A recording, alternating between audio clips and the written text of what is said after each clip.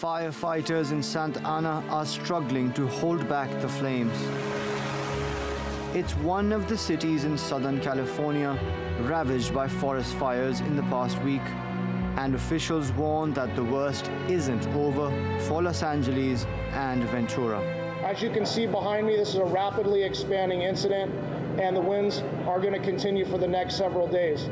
Firefighters have been prepared.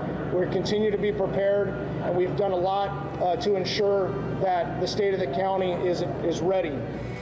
Californians brace for fires every year, but this year has been particularly devastating. More than 4,000 square kilometers of land have already turned to ash in 2017.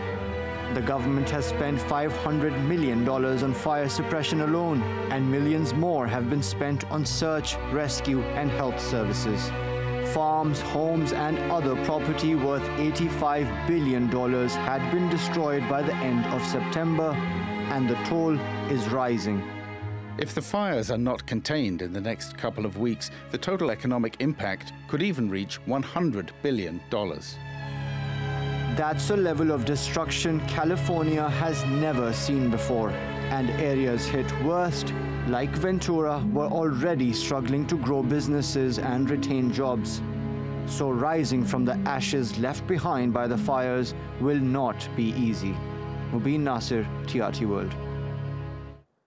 Joining me now from Paris is TRT World's editor-at-large, Craig Copetas. Welcome, Craig. Now, we do see wildfires every year in California, but these seem particularly bad. What are you hearing as to the possible economic impact of all of this? Well, the cost, as of a few hours ago, actually coincides with the cost of Britain's alimony payment to Brussels to get out of the EU. It's approximately $85 billion so far statewide from the experts I've spoken with. In Los Angeles alone, they've, over the past few days, lost $16 billion total just in homes, and they expect that that number is going to continue to go up. 200,000 people have been burned out of the Los Angeles area. And you can't forget the fires that took place up north or north of San Francisco in the wine country, which so far have triggered somewhere in the neighborhood of $9 billion in insurance claims. What sort of impact do you think this is going to have on share prices, possibly?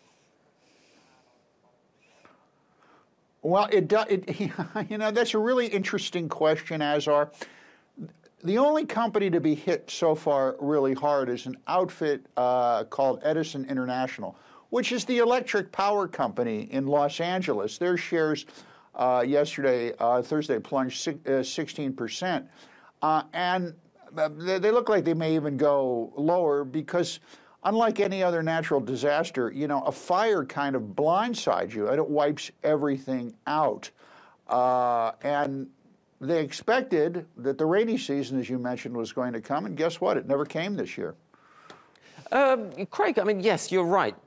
Natural disasters like this can be devastating, of course, for those directly affected by them. But as we've seen with other natural events, like hurricanes that we've seen earlier this year, after the initial hit to the economy, you get the rebuilding, which contributes to GDP.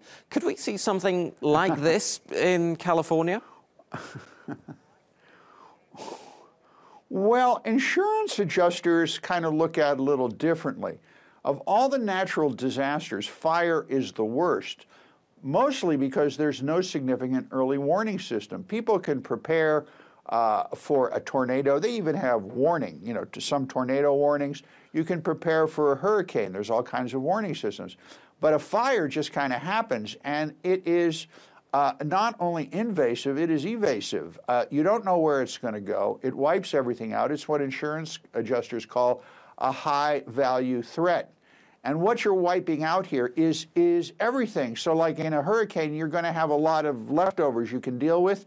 In a fire, you have nothing but ash and rubble. Craig Copetas. And on top of that, you also have an environmental problem about going in to clean it up. Craig Copetas in Paris. Thank you so much.